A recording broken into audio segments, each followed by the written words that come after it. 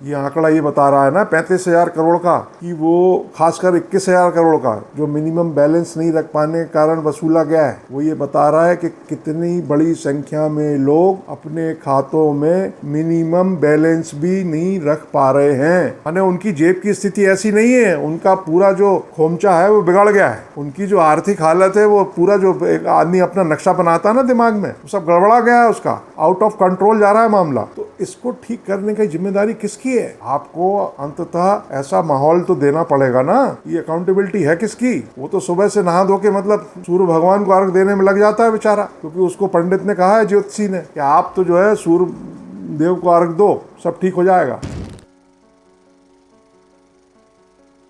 दोस्तों नमस्कार, आपके अपने YouTube चैनल एक बात कही में आपका स्वागत है। मैं राजेश चतुर्वेदी एक बार फिर हाजिर हूँ आपके सामने। दोस्तों, इस वीडियो की शुरुआत में ही मैं आपसे आग्रह करना चाहता हूँ कि अगर आपको ये पसंद आए तो इसे कृपया लाइक करें, शेयर करें और चैनल को सब्सक्राइब करें। एक बार अंत में भी मैं आपसे आग्रह करूँगा। खैर दोस्तों, महंगाई से जूझ रहा है मनुष्य। माने भारत में जो स्थिति है अपने देश में, सारी चीज़ों के दाम बढ़ रहे हैं। माने आप टमाटर, अदरक, धनिया, मिर्चा, लहसुन वगैरह वगैरह या सब्जियों के दामों को भूल जाइए। आप कोई चीज़ बाज़ार में लेने जाएं या लेने जाते हैं आप, तो आपको भी मालूम होता होगा कि आप कोई फला अमुक दवा लेने गए, पिछले महीने गए थे, इस महीने फिर गए, तो जो दाम पिछले महीने था वो ज़रूरी नहीं है कि इस महीने भी वही हो, उसमें ज़रूर कुछ ना कुछ इजाफा हर बार हो जाता है। यही स्थिति माने ग्रॉसरी की है, जो दालें हों और जो अनाज है, चावल है, सारी मतलब आग लगी है एकदम। अब ये एक इस पे बात हो सकती है कि भाई ये जो कीमतें हैं वो उस पर कंट्रोल करने का जिम्मेदारी या जो जवाबदेही है, अकाउंटेबिलिटी, वो किसकी है? निश्चित रूप से सरकार की है, प्रशासन की है। अब वो कितना काम कर रहे हैं, क्या कर रहे हैं, वो मतलब कीमतों में तो नज़र आता नहीं है। तो आज के इस वीडियो का मुद्दा ये नहीं है, मगर महंगाई से जुड़ा हुआ है, क्योंकि महंगाई से आम आदमी परेशान है। वो 5-10% लोगों को छोड़ दीजिए, मगर आम तौर पे जो है लोग परेशान हैं और कष्ट में हैं। माने मैं अपनी आपको बात बताऊं अगर, तो इस पिछले 1-1.5 महीने में, माने जब से टमाटर के दाम एकदम बढ़ना शुरू हुए हैं, तो 2 बार घर में टमाटर आए हैं। एक बार कुछ डिमांड हुई थी तो 100 रुपये किलो का भाव था, आधा किलो लेके आए थे, और दूसरी बार 200 रुपये किलो टमाटर मिल रहा था, तो 50 रुपये, क्योंकि वो ऐसा कहा गया था कि भाई जो चीज़ बनाई जाने वाली है वो उसके लिए टमाटर के बगैर वो मज़ा नहीं आएगा, आनंद नहीं आएगा। तो आनंद बहुत ज़रूरी है लाइफ में। माने मध्य प्रदेश में अगर बात करें, देश का एक राज्य है मध्य प्रदेश, वहाँ तो बाकायदा आनंद मंत्रालय चालू है। अब वो क्या काम कर रहा है, कितना आनंद बांट रहा है, पैदा कर रहा है, वो उसका कोई खबर नहीं है, ताज़ा अपडेट कुछ नहीं है। वो मंत्रालय खुला हुआ आनंद मंत्रालय। तो खैर, तो वो उस आनंद के लिए 1 पाव टमाटर लेके आए थे। तो आपको बताएं कि जहाँ जिस मोहल्ले में रहते हैं, माने आप भी जिस मोहल्ले में या जिस शहर में, जिस कॉलोनी में रहते होंगे, वहाँ कोई ना कोई एक ठिया रहता है जहाँ सब्जी मिलती है, या ठेले वाले आते हैं, जो फेरी वाले होते हैं ना, वो सब्जी बेचते हैं। तो हमारे मोहल्ले में जो सब्जी वाले आते हैं वो मतलब लंबे अरसे से टमाटर लेके ही नहीं आ रहे हैं। मैंने शुरू में तो हमने भी जो है टमाटर के केवल दाम पूछ के काम चलाया, मैंने उनको देख लिया टाइप, तो फिर उन्होंने भी लाना बंद कर दिया। पूछा मैंने एक से कि भाई टमाटर लेके ही नहीं आ रहा, तो बोले साहब खरीदते नहीं है लोग, तो लेके आने से और ख़राब होगा, वो तो हमको घाटा होगा। तो खैर, तो आज का जो ये विषय है,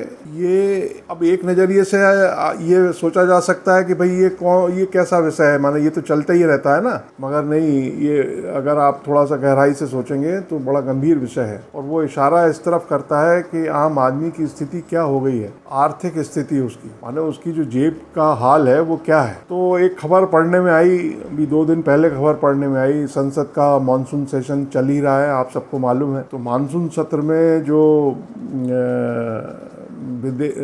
देश के वित्त राज्य मंत्री हैं, वित्त राज्य मंत्री, उनका नाम है भागवत कृष्णराव कराड़। तो जो स्टेट फाइनेंस मिनिस्टर है केंद्र के, उन्होंने राज्यसभा में एक जानकारी दी। अमी याग्निक मेंबर हैं, उनका सवाल था, उसके लिखित उत्तर में जो उन्होंने जानकारी दी है वो बताती है कि देश में मतलब आम आदमी की स्थिति क्या है, उसकी जो फाइनेंशियल पोजीशन है या वो कैसे काम कर रहा है वो बताता है। तो उन्होंने ये बताया कराड़ साहब ने कि 2018 के बाद से, गौर करिएगा आप, 2018 माने आज 23 है तो 5 साल हो गए, 2018 के बाद से अब तक 5 साल में बैंकों ने, बैंक माने उसमें पब्लिक सेक्टर के बैंक भी आ गए, सरकारी बैंक भी हैं और प्राइवेट बैंक भी हैं, बैंकों ने मिनिमम बैलेंस नहीं रखने पर, खाता होता है हर आदमी खाता खुलवाते ही है, तो खाते में मिनिमम बैलेंस रखना पड़ता है, तो वो बैलेंस नहीं रखने के कारण बैंकों ने 21,000, कितना, 21,044 करोड़ 4 लाख रुपए का जुर्माना कह लीजिए उसको, लेवी वसूला 21,044 करोड़ का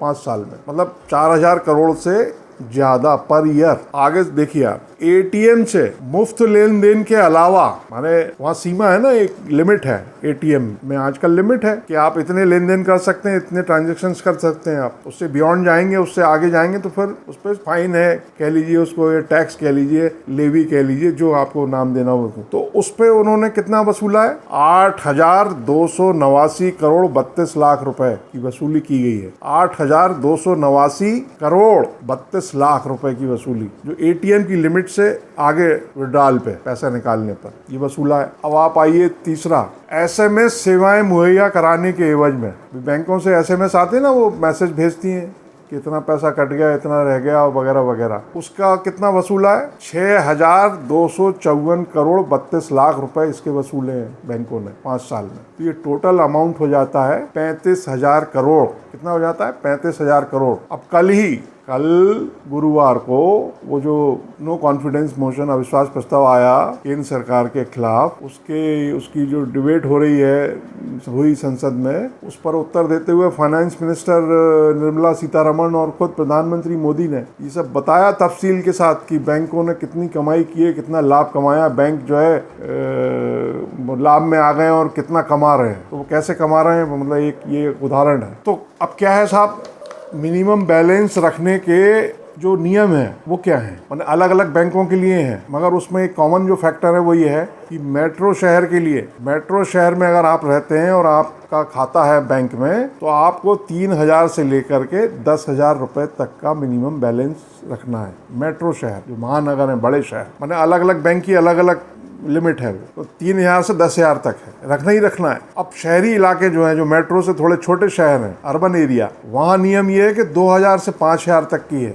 2,000 से 5,000 आपको रखना ही रखना है। और जो रूरल एरिया है, ग्रामीण इलाके हैं, वहाँ पर है 500 से 1,000 रुपए का, ये लिमिट है। अगर आप ऐसा नहीं करते हैं तो 400 से 500 रुपए का जुर्माना है, लेवी है। और मगर इसमें क्या है कि ये तो हो गया जनरल, कुछ प्राइवेट बैंक ये करते हैं कि पर ट्रांजेक्शन, अगर आप इसको वो नहीं करते हैं, मेंटेन नहीं करते हैं, तो पर ट्रांजेक्शन 100 से 125 या इससे ज्यादा भी वो चार्ज करते हैं, ये भी है। और सरकार ने ये सब माने ट्रांजेक्शन्स पे और ये एटीएम पर, एसएमएस पे जो भी है, जो टैक्स ले रहे हैं या लेवी ले रहे हैं या जुर्माना फाइन लिया जा रहा है उपभोक्ता से, आम आदमी से, खाता धारक से, उसको जो है पूरी छूट दे रखी है बैंकों को। तो उनका जो बोर्ड होता है वो ये तय करता है कितना लेना है, कितना नहीं लेना है। सरकार ने उनको मुक्त कर दिया है कि आप भाई तय करिए, क्योंकि अल्टीमेटली ये बात सही है कि बैंकिंग सेवाएं तो बैंक दे रहे हैं, तो वो उनको ये अधिकार होना चाहिए कि वो ये तय करें। मगर आम आदमी, आप भाई 5 से 10% जो लोग हैं, जो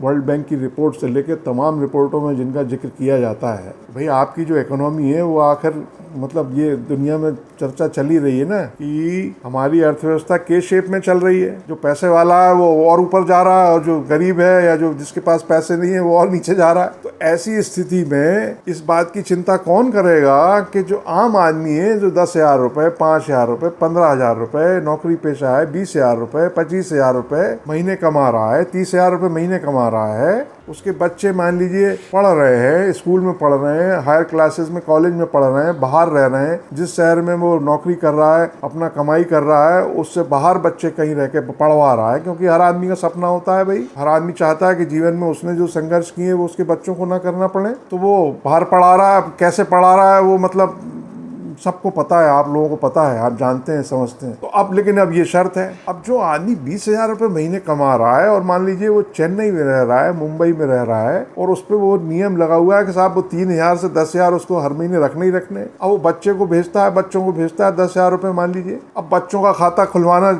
बिल्कुल कंपलसरी है भाई। बच्चा अगर बाहर पढ़ रहा है, आजकल तो बच्चों के खाते भी खुलते हैं, स्कूल कॉलेज मांगते हैं खाता, उसके तमाम कारण है। तो वो बच्चे की मजबूरी हो गई। तो बच्चा अगर नहीं रख पा रहा है, बच्चा कहाँ से रखेगा आप बताइए। 5,000 रुपये में वो रह रहा है, 5,000 रुपये वो खाना खर्चा दे रहा है, टू एंड फ्रो कर रहा है, आवागमन कर रहा है, जहाँ इंस्टीट्यूट है वहाँ जा रहा है, आ रहा है, उसका हर चीज में आजकल घर से आप बाहर निकलिए पैसा खर्च होना शुरू, मीटर डाउन हो जाता है। तो वो खाते में पैसा रखे कहाँ से। तो होता क्या है कि जब उसके बैंक अपने सुओ मोटो काट लेते हैं, बैंक से डिडक्शन अपने आप हो जाता है। वो सब कंप्यूटराइज्ड है सिस्टम, माने डिजिटल है, डिजिटल इंडिया। तो वो कट जाता है। तो जैसे ही कटा और मैसेज आया तो उसकी आत्मा किलपती है, उसकी आत्मा किलपती है। अब आप देखिए एटीएम के लिए क्या नियम है भाई। एटीएम से भी तो हजारों करोड़ रुपए लिया है ना। एटीएम से क्या नियम है कि आप अपने बैंक से जहां आपका खाता है वहां से आप हर महीने 5 लेन देन, माने जिस बैंक में आपका खाता है उसके एटीएम से हर महीने आप 5 लेन देन मुफ्त कर सकते हैं, फ्री ऑफ कॉस्ट। दूसरे बैंक से एटीएम